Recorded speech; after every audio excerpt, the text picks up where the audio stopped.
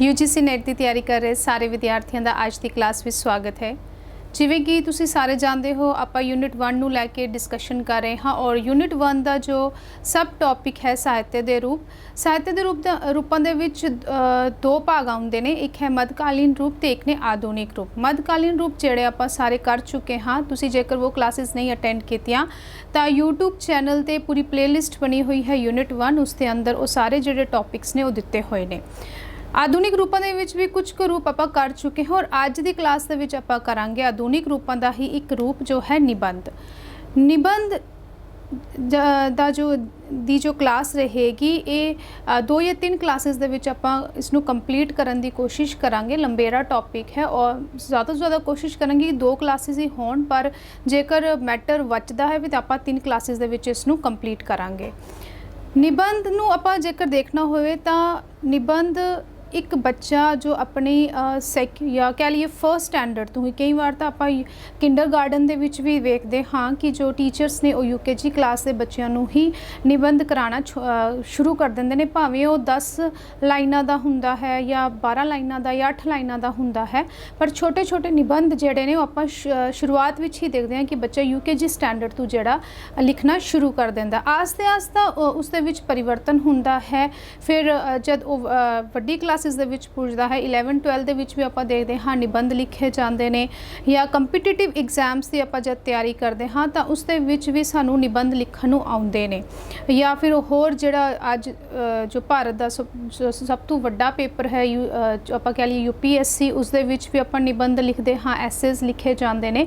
तो निबंध जिहड़ा है एक बहुत ही प्रचलित रूप है जो आप अपने जब आप क्लासेस पढ़ते हाँ अपने अकैडमिक लाइफ दे विच आपां शुरुआत तो ही यूकेजी स्टैंडर्ड तो आपां निबंध लिखने शुरू हो जाते हैं। पर अज की क्लास दे विच आपां जाणांगे क्योंकि आप जब निबंध नूं साहित्य के परपेख विच वेखदे हाँ तो उसकी जिहड़ी परिभाषा है वो बिल्कुल ही अलग हुंदी है। तो क्लासेस दे विच जो कि आप 2 या 3 क्लासेस दे विच निबंध नूं खत्म करांगे तो इस दे विच जाणांगे कि निबंध का पिछोकड़ पंजाबी साहित्य के अंदर किवें दा रहा, इसके स्वरूप किस तरह के हुंदे ने, किस तरह के निबंध जिहड़े लिखे गए पंजाबी साहित्य दे और इसका जिहड़ा पिछोकड़ है वो सानूं किवें पंजाबी साहित्य के अंदर मिलता है। वाइट बोर्ड के उत्ते देखो तो कुछ पॉइंट्स आप लिखे हुए ने, इन्हां दा तुसीं स्क्रीनशॉट लैके रख सकते हो। सब तो पहले तुसी स्क्रीनशॉट ले लो क्योंकि बाद दे विच तुहानू इन्हां पॉइंट्स नू एक्सप्लेन करके अपने नोट्स प्रिपेयर करने विच काफ़ी आसानी होवेगी। होप कि तुसी स्क्रीनशॉट ले लिया होवेगा। निबंध दे जेकर आपां सिर्फ डेफिनेशन नू वेखिए, डेफिनेशन भी नहीं सिर्फ अर्थां नू वेखिए तो स्टार्टिंग दे विच आपां वेखदे हाँ कि निबंध, प्रस्ताव, लेख ये इक्को ही शै दे 3 नां ने। बेशक इन्हां दे विच कुछ को मात्र जिहड़ियां चीज़ां ने वो डिफरेंट हुंदियां ने, अलग हुंदियां ने, पर जेकर आपां एक आम इंसान नू कहिए तो वो तिन्नां नू एक ही समझदा और कई बार जिहड़ी तीनों चीज़ां ने इक्को परपेख दे विच भी आपां वेखदे हाँ। तो निबंध, प्रस्ताव और लेख ये इक्को शै दे 3 नां ने। उस दे बाद मौलिक अर्थ, इस दे मौलिक अर्थ की ने? मौलिक तो भाव की ओरिजिनल मीनिंग। मैं नाल इन्हां शब्दों को एक्सप्लेन इसलिए करती हाँ क्योंकि कई बार सानू ठेठ पंजाबी जिहड़ी है जो स्टूडेंट जिहड़े जम्मू कश्मीर तो बिलोंग करते हैं, कई बार सानू ये जिहड़े वर्ड हुंदे ने पंजाबी दे, ठेठ पंजाबी दे वर्ड हुंदे ने तो ये कई बार समझ नहीं आते। इसलिए मेरी कोशिश रहती है कि उन्हां विद्यार्थियों नू नाले नाल इन्हां चीज़ों की जिहड़ी समझ पै जाए। तो मौलिक का मतलब है ओरिजिनल। मौलिकता की मतलब है ओरिजिनल। अर्थ मीनस मीनिंग, मतलब मौलिक अर्थ की ने इसके जेकर निबंध दे सिर्फ अर्थ वेखने होन तो निबंध दे अर्थ ने बनना। जेकर बनना दे अर्थ वेखिए या बनना इस निबंध का जो है इसका मौलिक अर्थ बनने क्यों किए गए, तो जेकर आप पिछोकड़ नूं थोड़ा जा वेखिए इस दे विच तां की हुंदा सी कि जद कागज़ नहीं सी, कागज़ की अनहोंद सी, कागज़ का आविष्कार या कह लीए कागज़ जो है वो उपलब्ध नहीं सी, तां की हुंदा सी कि जो प्राचीन ग्रंथ ने वो प्राचीन ग्रंथ भोज पत्र उत्ते लिखे जाते सन। भोज पत्र ਭੋਜ ਪੱਤਰ ਉੱਤੇ ਲਿਖੇ ਜਾਂਦੇ ਸਨ। ਇਹ ਭੋਜ ਪੱਤਰ ਜੋ ਹੈ ਇਹ ਹਿਮਾਲਿਆ ਦੀ ਜੇਕਰ ਆਪਾਂ ਗੱਲ ਕਰੀਏ ਤਾਂ ਹਿਮਾਲਿਆ ਜੋ ਹੈ ਉੱਥੇ ਇਹ ਇੱਕ ਤਰ੍ਹਾਂ ਦਾ ਵ੍ਰਿਕਸ਼ ਹੈ ਜਿਸ ਨੂੰ ਹਿਮਾਲਿयन ਸਿਲਵਰ ਬਰਚ ਕਿਹਾ ਗਿਆ ਹੈ। ਇੱਕ ਤਰ੍ਹਾਂ ਦਾ ਪੇੜ ਹੈ ਹਿਮਾਲਿयन ਸਿਲਵਰ ਬਰਚ।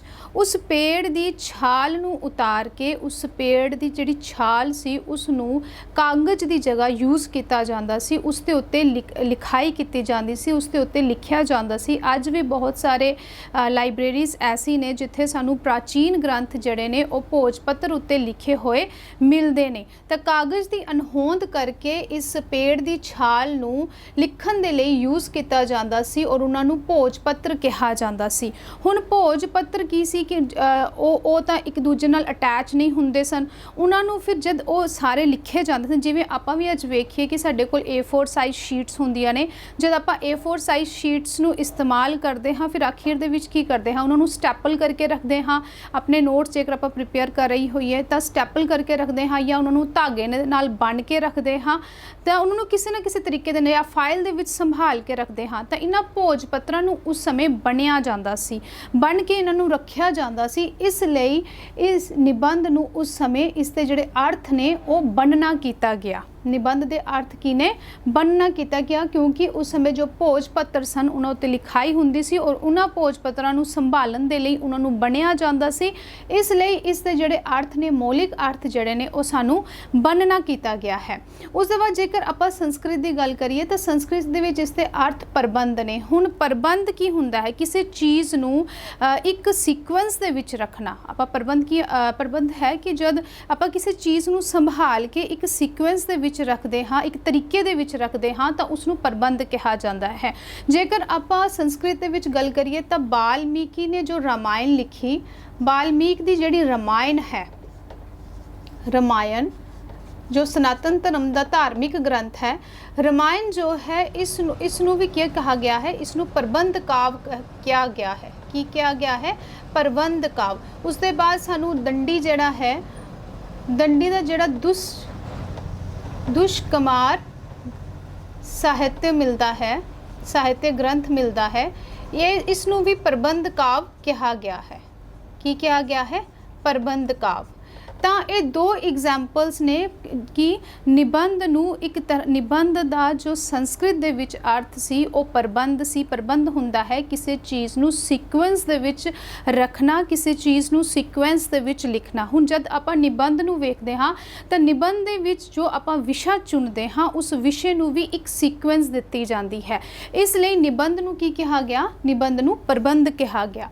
ਉਸ ਤੋਂ ਬਾਅਦ ਜੇਕਰ ਆਪਾਂ ਇਸ ਦੇ ਅੰਗਰੇਜ਼ੀ ਦੇ ਵਿੱਚ, ਕਿਉਂਕਿ ਅਲੱਗ-ਅਲੱਗ ਭਾਸ਼ਾਵਾਂ ਦੇ ਵਿੱਚ ਆਪਾਂ ਇਸ ਦੇ ਅਰਥ ਵੇਖ ਰਹੇ ਹਾਂ, ਅੰਗਰੇਜ਼ੀ ਦੇ ਵਿੱਚ ਇੱਕ ਨਿਬੰਧ ਸ਼ਬਦ ਦੇ ਅਰਥ, ਇਹ ਸਿਰਫ ਅਰਥ ਨੇ ਨਾ ਕਿ ਡੈਫੀਨੇਸ਼ਨ ਆਪਾਂ ਅੱਗੇ ਜਾ ਕੇ ਕਰਾਂਗੇ। ਸਿਰਫ ਅਰਥਾਂ ਨੂੰ ਵੇਖੀਏ ਤਾਂ ਅੰਗਰੇਜ਼ੀ ਦੇ ਵਿੱਚ ਇਸ ਨੂੰ ਟ੍ਰੀਟਿਸ ਜਾਂ ਥੀਸਿਸ ਕਿਹਾ ਗਿਆ ਹੈ। ਹੁਣ ਥੀਸਿਸ ਔਰ ਟ੍ਰੀਟਿਸ ਕੀ ਹੁੰਦਾ ਹੈ? ਟ੍ਰੀਟਿਸ ਦਾ ਮਤਲਬ ਵੀ ਪ੍ਰਬੰਧ ਹੀ ਹੁੰਦਾ ਹੈ, ਪ੍ਰਬੰਧ ਹੀ ਹੁੰਦਾ ਹੈ। ਅੰਗਰੇਜ਼ੀ ਦੇ ਵਿੱਚ ਇਸ ਨੂੰ ਟ੍ਰੀਟਿਸ ਕਿਹਾ ਜਾਂਦਾ ਹੈ ਔਰ ਥੀਸਿਸ ਦਾ ਮਤਲਬ ਹੁੰਦਾ ਹੈ ਸ਼ੋਧ ਕਾਵਿ, ਮਤਲਬ ਜਿਸ ਦੇ ਵਿੱਚ ਕੋਈ ਮੋਡੀਫਿਕੇਸ਼ਨ ਕੀਤੀ ਜਾਏ। ਥੀਸਿਸ ਦਾ ਮਤਲਬ ਹੁੰਦਾ ਹੈ ਸ਼ੋਧ ਕਾਵਿ ਜਾਂ ਸ਼ੋਧ ਸਾਹਿਤ, ਜਿਸ ਦੇ ਵਿੱਚ ਮੋਡੀਫਿਕੇਸ਼ਨ ਕਰਨੀ ਹੋਵੇ, ਜਿਸ ਦੇ ਵਿੱਚ ਮੋਡੀਫਿਕੇਸ਼ਨ ਕੀਤੀ ਜਾਏ ਜਾਂ ਜਿਸ ਵਿੱਚ ਸ਼ੋਧ ਕਰਨ ਦੀ ਜਿਹੜੀ ਹੈ ਉਹ ਆਵਸ਼ਕਤਾ ਹੋਵੇ। ਤਾਂ ਅੰਗਰੇਜ਼ੀ ਦੇ ਵਿੱਚ ਇਸ ਨੂੰ ਟ੍ਰੀਟਿਸ ਜਾਂ ਥੀਸਿਸ ਕਿਹਾ ਜਾਂਦਾ ਹੈ। ਔਰ ਐਸੇਜ਼ ਜਿਹੜਾ ਹੈ ਇਸ ਨੂੰ ਫਰਾਂਸੀਸੀ ਭਾਸ਼ਾ ਦੇ ਵਿੱਚ ਕਿਹਾ ਜਾਂਦਾ ਹੈ। ਫਰਾਂਸੀਸੀ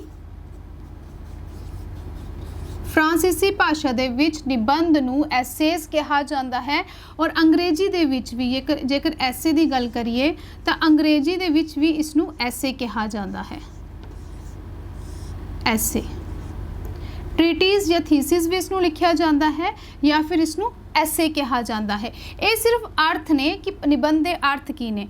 ਜਦ ਆਪਾਂ ਸੈਕਿੰਡ ਲਾਸਟ ਪੁਆਇੰਟ ਦੇਖਦੇ ਹਾਂ ਤਾਂ ਉਸ ਦੇ ਵਿੱਚ ਹੈ ਕਿ ਡਾਕਟਰ डॉक्टर जॉनसन ने निबंध नूं अ लूज सैली ऑफ माइंड कहा। हुण डॉक्टर जॉनसन जो कि एक ब्रिटेन दे लैक्सीकोग्राफर होए ने। लैक्सीकोग्राफर हुंदा है जो कि डिक्शनरीज नूं कंपाइल करता है, ਜਾਂ कह लईए जो कि डिक्शनरीज नूं लिखदा है, उसनूं आपां लैक्सीकोग्राफर कहंदे ने। डॉक्टर जॉनसन इन्हां दा पूरा नाम जो सी ਉਹ डॉक्टर सैम्यूल जॉनसन सी और डॉक्टर सैम्यूल जॉनसन ब्रिटेन दे लैक्सीकोग्राफर सन, निबंधकार होए। इन्हां ने कहा कि निबंध जिहड़ा है वो अ लूज सैली ऑफ माइंड है। लूज सैली ऑफ माइंड का मतलब free spirit of mind, free spirit of mind. कि निबंध एक अनियमित रचना है। निबंध की है कच्ची ते अनियमित रचना है। ये वो रचना है जिस दे विच साडे मन दे जिहड़े आपां खुल के अपने जिहड़े भाव हाँ वो उस रचना दे विच व्यक्त करते हाँ। साडे मन दे जिहड़े भाव ने या मनोभाव जिहड़े साडे मन दे अंदर उठदे ने या दिमाग दे अंदर जिहड़ियां साडीआं चीज़ां होंदियां, जद आपां उसनूं फ्रीली किसी चीज़ दे विच व्यक्त करते हाँ तां वो रचना निबंध है। इन्हां ने कहा अ लूज सैली ऑफ माइंड, किसनूं? निबंध नूं। उस दे बाद लास्ट पॉइंट है आधुनिक युग दी वार्तक रचना है। ये तो आपां सारे जानते हैं क्योंकि आधुनिक साहित्य रूप आपां पढ़ रहे हाँ। तो आधुनिक युग की ये वार्तक रचना है। वार्तक रचना भी आप सारे जानते हाँ। वार्तक रचना एक हुंदा है काव्य रचना जो आप वेखते हैं जिस दे विच कविता आ जाती है, और एक हुंदा है वार्तक रचना। ये वार्तक रचना है। निबंध जिहड़ी है वो आधुनिक युग की वार्तक रचना है। जब निबंध की परिभाषा की गल करते हाँ तो निबंध की परिभाषा आप वेख सकते हाँ वाइट बोर्ड पर कि निबंध अजिही रचना है जो दरमियाने आकार की होंदी है, जिस राही लेखक अपने निजी अनुभव और निजी दृष्टिकोण के आधार उत्ते किसी एक विषय बारे अपने विचार सहज सुभाए प्रगट करता है। हुण निबंध की है, निबंध एक अजिही रचना है जो दरमियाने आकार की है, ना ज़्यादा लंबी रचना है और ना ही ज़्यादा छोटी रचना है। दरमियाने मतलब मॉडरेट, जिसका साइज मॉडरेट है, ना ज़्यादा लंबा ना ज़्यादा छोटा।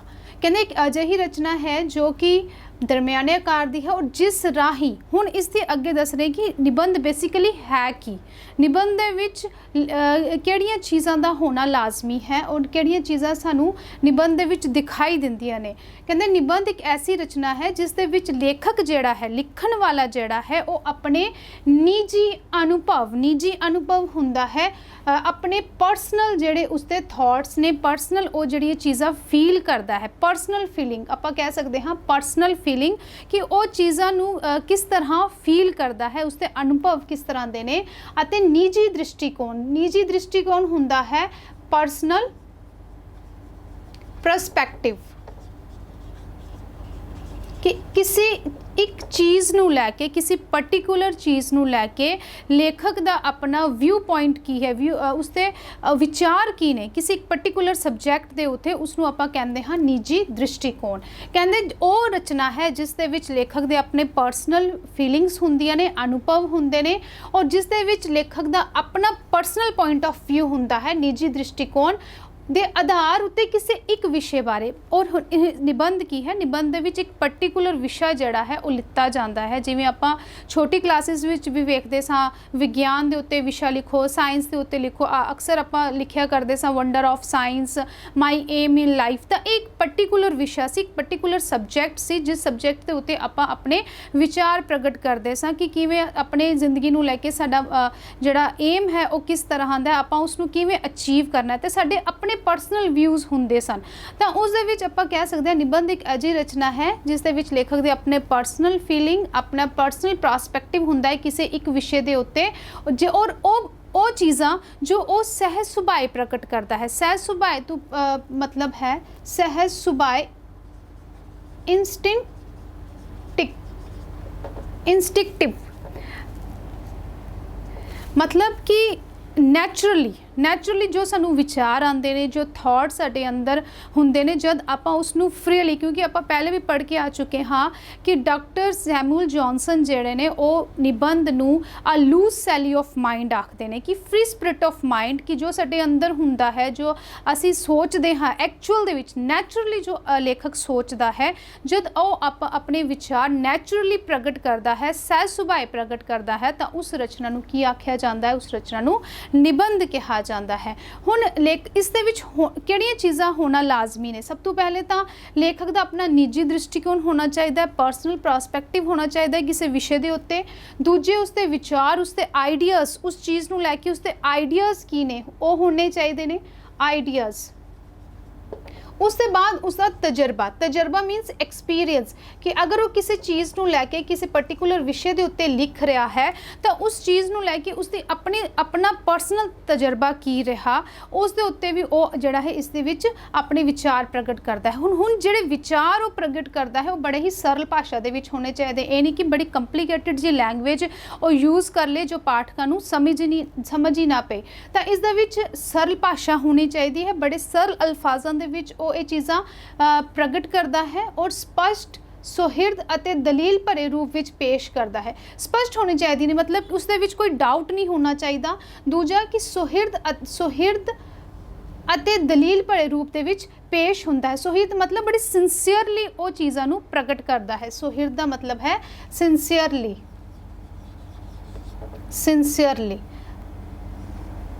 ਅਤੇ ਦਲੀਲ ਭਰੇ ਰੂਪ ਦੇ ਵਿੱਚ ਪੇਸ਼ ਹੁੰਦਾ ਹੈ। ਹੁਣ ਨਾਲ ਹੀ ਉਸਦੇ ਆਰਗੂਮੈਂਟਸ ਵੀ ਹੋਣੇ ਚਾਹੀਦੇ ਨੇ ਕਿ ਅਗਰ ਉਹ ਕਿਸੇ ਚੀਜ਼ ਨੂੰ ਲੈ ਕੇ ਆਪਣੇ ਪੁਆਇੰਟ ਆਪਣੇ ਵਿਊ ਜਿਹੜੇ ਨੇ ਉਹ ਦੇ ਰਿਹਾ ਹੈ ਤਾਂ ਉਹ ਜਿਹੜੇ ਵਿਊ ਉਹ ਦੇ ਰਿਹਾ ਹੈ ਉਹ ਪੂਰੇ ਤੌਰ ਤੇ ਸਪਸ਼ਟ ਨੇ, ਪੂਰੇ ਤੌਰ ਤੇ ਜਿਹੜੇ ਉਹ ਦਲੀਲ ਭਰੇ ਨੇ, ਉਹਨਾਂ ਦੇ ਵਿੱਚ ਕਿਸੇ ਵੀ ਤਰ੍ਹਾਂ ਦਾ ਕੋਈ ਡਾਊਟ ਨਹੀਂ ਰਹਿ ਜਾਂਦਾ। ਤਾਂ ਇਹ ਜਿਹੜੀਆਂ ਚੀਜ਼ਾਂ ਨੇ ਉਹ ਨਿਬੰਧ ਦੇ ਵਿੱਚ ਹੋਣੀਆਂ ਚਾਹੀਦੀਆਂ ਨੇ। ਮੇਨ ਜਿਹੜੀਆਂ ਚੀਜ਼ਾਂ ਕਿ ਲੇਖਕ ਦਾ ਨਿੱਜੀ ਦ੍ਰਿਸ਼ਟੀਕੋਣ, ਉਸਦੇ ਆਪਣੇ ਆਈਡੀਆਜ਼, ਉਸਦਾ ਤਜਰਬਾ ਬੜੇ ਸਰਲ, ਸਪਸ਼ਟ, ਸਿੰਸੀਅਰਲੀ ਔਰ ਦਲੀਲ ਭਰੇ ਰੂਪ ਦੇ ਵਿੱਚ ਉਹ ਆਪਣੇ ਜਿਹੜੇ ਵਿਚਾਰ ਹੈ ਉਹ ਨਿਬੰਧ ਦੇ ਵਿੱਚ ਪ੍ਰਗਟ ਕਰਦਾ ਹੈ। ਦਲੀਲ ਮੀਨਸ ਆਰਗੂਮੈਂਟਸ।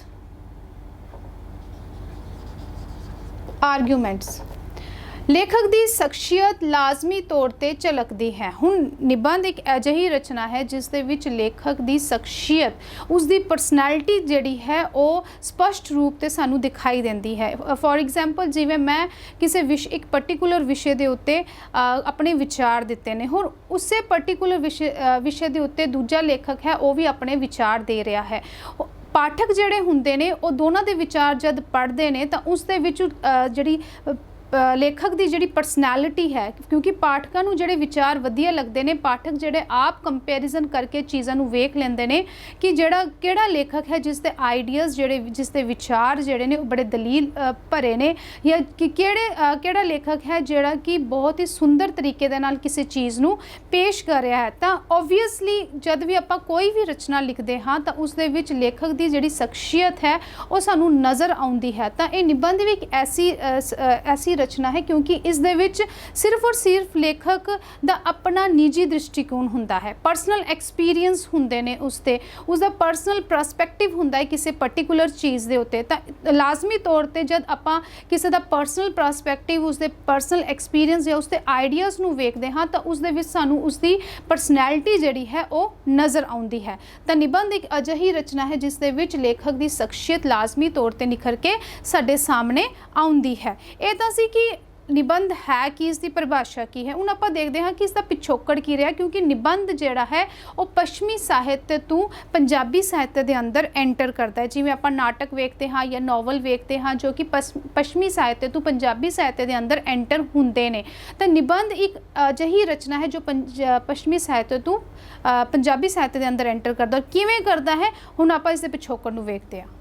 जब ਆਪਾਂ ਪਿਛੋਕੜ ਦੀ ਗੱਲ ਕਰਦੇ ਹਾਂ ਤਾਂ ਪਿਛੋਕੜ ਦੇ ਵਿੱਚ ਇਹ ਚੀਜ਼ ਦੇਖ ਚੁੱਕੇ ਹਾਂ ਕਿ ਨਿਬੰਧ ਜੋ ਹੈ ਉਹ ਪੱਛਮੀ ਸਾਹਿਤ ਤੋਂ ਪੰਜਾਬੀ ਸਾਹਿਤ ਦੇ ਅੰਦਰ ਪ੍ਰਵੇਸ਼ ਕੀਤਾ ਹੈ। ਪਿਛੋਕੜ ਦੇ ਵਿੱਚ ਮੈਂ ਸਾਈਡ ਦੇ ਵਿੱਚ ਹੋ ਜਾਂਦੀ, ਤੁਸੀਂ ਇਸ ਦਾ ਸਕਰੀਨਸ਼ਾਟ ਲੈ ਸਕਦੇ ਹੋ। ਪਿਛੋਕੜ ਦੇ ਵਿੱਚ ਆਪਾਂ ਜੋ ਪਹਿਲਾ ਪੁਆਇੰਟ ਹੈ ਉਹ ਜਦ ਵੇਖੀਏ ਤਾਂ ਪਿਛੋਕੜ ਦੇ ਵਿੱਚ ਵੇਖਦੇ ਹਾਂ ਕਿ ਮਿਸ਼ੇਲ ਡੀ ਮੌਂਟੇਨ, ਮਿਸ਼ੇਲ ਮੈਂ ਨਾਲ ਪੰਜਾਬੀ ਦੇ ਵਿੱਚ ਵੀ ਲਿਖ ਲਿਆ, ਕਈ ਵਾਰ ਸਾਨੂੰ ਪੰਜਾਬੀ ਦੇ ਵਿੱਚ ਨਾ ਜਿਹੜੇ ਨੇ ਉਹ ਪ੍ਰੋਪਰ ਲਿਖਣੇ ਨਹੀਂ ਆਉਂਦੇ। ਮਿਸ਼ੇਲ ਮੌਂਟੇਨ ਇੱਕ ਫ੍ਰੈਂਚ ਸਕਾਲਰ ਹੋਇਆ, ਫ੍ਰੈਂਚ ਸਕਾਲਰ,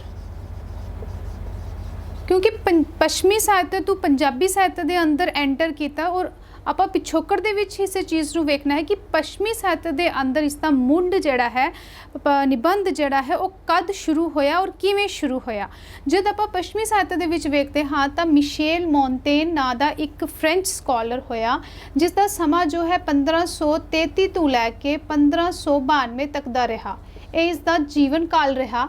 उसने जो निबंध है वो लिखने 1572 ईस्वी दे विच शुरू किए। 1572 ईस्वी दे विच इसने निबंध लिखने शुरू किए और जो निबंध लिखे वो व्यक्तिगत निबंध लिखे। व्यक्तिगत मतलब कि व्यक्तिगत हो गया जिस दे विच एक मनुख दे जो मेन जेडे उसके जीवन के अंदर चीज़ां वापरदियां ने या जो मेन उसके जीवन के नाल विषय जुड़े हुंदे ने। जिवें आपां वेखीए कि आपां दुखां दे नाल निपटारा किवें करना है, दुख दे विच आपां किवें हर चीज़ नूं हैंडल करना है, या फिर कह लीए कि एक इंसान जो है वो किवें सक्सैस नूं पा सकदा है। ये कुछ ऐसे विषय हुंदे ने जो हर इंसान दे नाल जुड़े होए ने। तां उसने इन्हां विषयां दे उत्ते ही लिखना जिहड़ा है वो शुरू किया। जिवें उसने कि साडे अंदर ईगो क्यों उत्पन्न हुंदा है, हंकारी आपां क्यों हुंदे हाँ। तो ये कुछ ऐसे विषय सन जिन्हां विषयां नूं लैके, व्यक्तिगत विषयां नूं लैके मिशेल मॉन्टेन ने 1572 दे विच निबंध लिखने शुरू किए, व्यक्तिगत निबंध लिखे। और उसकी जो पुस्तक है एसेज, जिवें आपां पिछे भी गल करके आ चुके हाँ कि निबंध दा जो अर्थ सी, जो वर्ड, जो उसका मीनिंग सी कि उसके जो अर्थ किए गए फ्रांसीसी भाषा दे विच वो एसेज ही किए गए ने। तो इसकी पुस्तक का नाम भी ऐसे ही सी, जो कि 1580 दे विच जो है वो पब्लिश हुई और 2 वॉल्यूम्स दे विच वो बुक जिहड़ी है पब्लिश हुंदी है, जिस दे विच व्यक्तिगत जिहड़े निबंध ने वो शुरू हुंदे ने। इस तरह आप वेख सकते हाँ कि पश्चिमी साहित्य दे विच जिहड़े निबंध लिखण दी जिहड़ी पिरत है वो इत्थों शुरू हुंदी है। मिशेल मॉन्टेन ने जो निबंध लिखे, उसके बाद मिशेल मॉन्टेन तो बाद एक जो अंग्रेजी जो लेखक होया, निबंधकार होया फ्रांसिस बैकन। फ्रांसिस बैकन दे भी सानू जिहड़े निबंध ने वो पश्चिमी साहित्य के अंदर मिलते हैं। और इसके निबंध जिहड़े ने 1597 1612 या 1625 दे विच इसकी जिहड़ी बुक्स ने वो पब्लिश हुंदी रही, किताबां दे रूप दे विच इसके जिहड़े निबंध ने वो पब्लिश हुंदे रहे ने। उसके बाद आपां वेखीए तां डिफो है, डिफो 1704 ईस्वी दे विच इसकी एक पत्रिका निकलती है, पत्रिका निबंध इसते निकलते हैं, जो कि रिचर्ड स्टील अपनी पत्रिका जो टाटलर नाँ की उन्होंने पत्रिका हुंदी है उस दे विच इसके निबंधां नूं जिहड़ा है वो जगह देंदे ने। और इसके जिहड़े डिफो के जिहड़े निबंध ने और रिचर्ड स्टील की पत्रिका टाटलर दे राही जिहड़े पाठकां तक पहुँचते हैं। उसके बाद आपां वेखदे हाँ एडिसन की भी जो पत्रिका है स्पैक्टेटर, जिस दे विच वो 2 तरह के निबंधां नूं थां दिंदा है। एक है सीरीयस एसे और दूजा है ओकेजनल एसे। सीरीयस एसे तो भाव कि गंभीर निबंध जिस दे विच बड़े ही जिहड़े जो कि सीरीयस जिहड़े विषय हुंदे सन, टॉपिक्स हुंदे सन, वो लिखे जाते सन। ओकेजनल एसे भाव कि जिस दे विच आपां कह लीए कि कुछ मौज भी होवे, हासा भी होवे, कुछ व्यंग भी होवे, वो हो गए ने ओरिजिनल ऐसे। ओकेजनल ऐसे मतलब कि अवसरी निबंध, जिन्होंने आप पंजाबी दे विच कह सकते हाँ अवसरी निबंध। तो एडिसन जो है, एडिसन ने भी एक पत्रिका दे विच ऐसे लिखने शुरू किए, स्पैक्टेटर उसकी पत्रिका सी, और उस दे विच उसने गंभीर निबंध ते अवसरी निबंध जड़े लिखने शुरू किए। इस तरह मिशेल मॉन्टेन तो पश्चिमी साहित्य के अंदर निबंध की शुरुआत हुई और उस शुरुआत तो बाद फिर जड़े निबंध ने या उन्होंने जिहड़ा रूप है वो बदलता रहा, क्योंकि जब आप फ्रांसिस बैकन के निबंध पढ़ते हाँ तो फ्रांसिस बैकन के निबंध जड़े ने वो मिशेल मॉन्टेन तो थोड़े हल्केपन दे विच सानू दिखाई देंदे ने। इस तरह निबंधां दा रूप भी बदलिया, निबंधां दे अंदर चीज़ां ने विस्तार भी किया। एडिसन तो बाद जब आपां वेखदे हाँ तो 19वीं ते 20वीं सदी दे विच सानू होर जिहड़े निबंधकार ने वो मिलते हैं, जिस दे विच लैम्ब है, थैकरे है, एमरसन है और चेस्टरटन है। इन्हां दे कुछ को निबंध जिहड़े सानू 19ਵੀਂ और 20ਵੀਂ सदी के अंदर पश्चिमी साहित्य ਦੇ ਵਿੱਚ ਮਿਲਦੇ ਨੇ। ਇਸ ਤੋਂ ਬਾਅਦ ਜਰਮਨ ਲੇਖਕ ਵੀ ਹੋਏ ਨੇ ਜਿਹਨਾਂ ਜਾਂ ਫਰਾਂਸੀਸੀ ਲੇਖਕਾਂ ਦੀ ਆਪਾਂ ਗੱਲ ਕਰਦੇ ਹਾਂ, ਅੰਗਰੇਜ਼ੀ ਲੇਖਕਾਂ ਦੀ ਜਦ ਆਪਾਂ ਗੱਲ ਕਰਦੇ ਹਾਂ ਤਾਂ ਇਹਨਾਂ ਦੇ ਵੀ ਜਿਹੜੇ ਨਿਬੰਧ ਨੇ ਉਹ ਸਾਨੂੰ ਪੱਛਮੀ ਸਾਹਿਤ ਦੇ ਅੰਦਰ ਮਿਲਦੇ ਨੇ। पर जब आप पंजाबी साहित्य की गल करते हैं, क्योंकि शुरुआत आप पश्चिमी साहित्य तो की सी कि किवें मिशेल मॉन्टेन दे नाल जिहड़ा है पश्चिमी साहित्य के अंदर निबंध की शुरुआत होंदी है, पर आस्ते आस्ते जब निबंध का रूप बदलता है, बहुत सारे निबंधकार ने अपने अपने तरीके दे नाल निबंधां नूं होर निखारदे ने ते आखिर जब आप पंजाबी साहित्य की गल करते हाँ तो पंजाबी साहित्य दे विच जद निबंध ने वो सब तो पहला टैक्सट बुक कमेटी लई लिखे गए। टैक्सट बुक कमेटी दे जब आप बिहारी लाल पुरी दी पुस्तकों को वेखते हाँ तो बिहारी लाल पुरी ने टैक्सट बुक कमेटी के लिए जो पुस्तक लिखियां उस दे विच जिहड़े निबंध ने वो लिखे गए। जिवें कि आप एक एग्जाम्पल देख लीए तो इन्हां दी एक बुक है विद्या रत्नाकर। विद्या रत्नाकर के अंदर सानू बहुत सारे जिहड़े निबंध ने वो लिखे हुए मिलते हैं बिहारी लाल पुरी दी, जिवें कि बुद्धि की वडियाई, धन की वडियाई, विद्या की महिमा, विद्या का आदर, ये कुछ को जिहड़े आप विषय कह सकते हाँ ये विषय जिहड़े ने। इस तो इलावा भी होर भी विषय इस बुक के अंदर सानू मिलते हैं, जिवें कि चुप रहन दे गुण किहड़े ने। ये सारे विषय जिहड़े सानू इन्हां दी जिहड़ी बुक है विद्या रत्नाकर इस दे अंदर ये निबंध ये सानू मिलते हैं और ये जिहड़े निबंध ने वो इन्हां विषयां दे उत्ते लिखे गए ने। सब तो पहला बहुत मोस्ट इंपॉर्टेंट क्वेश्चन जो तुहानू नैट पेपर विच भी आ सकता है कि जिहड़ा पंजाबी साहित्य के अंदर जो निबंध की शुरुआत जो है वो टैक्सट बुक कमेटी दे लिए जो निबंध लिखे गए पहली बार और वो लिखे बिहारी लाल पुरी ने और इन्हां दियां पुस्तकां दे विच जो सब तो पहली जिहड़ी पिरत है वो पंजाबी साहित्य के अंदर निबंधां दी पई। इस तो अलावा जब आप अगे जाके होर गल करते हाँ तो 19वीं सदी के अंत ते 20वीं सदी की शुरुआत दे विच 19वीं सदी के अंत ते 20वीं सदी के शुरुआत दे विच दी शुरुआत विच जब पंजाबी पत्रकारी शुरू हुई, पंजाबी पत्रकारी तो पंजाबी पत्रकारी दे लिए जो है निबंध जड़े ने वो लिखे गए ने। पंजाबी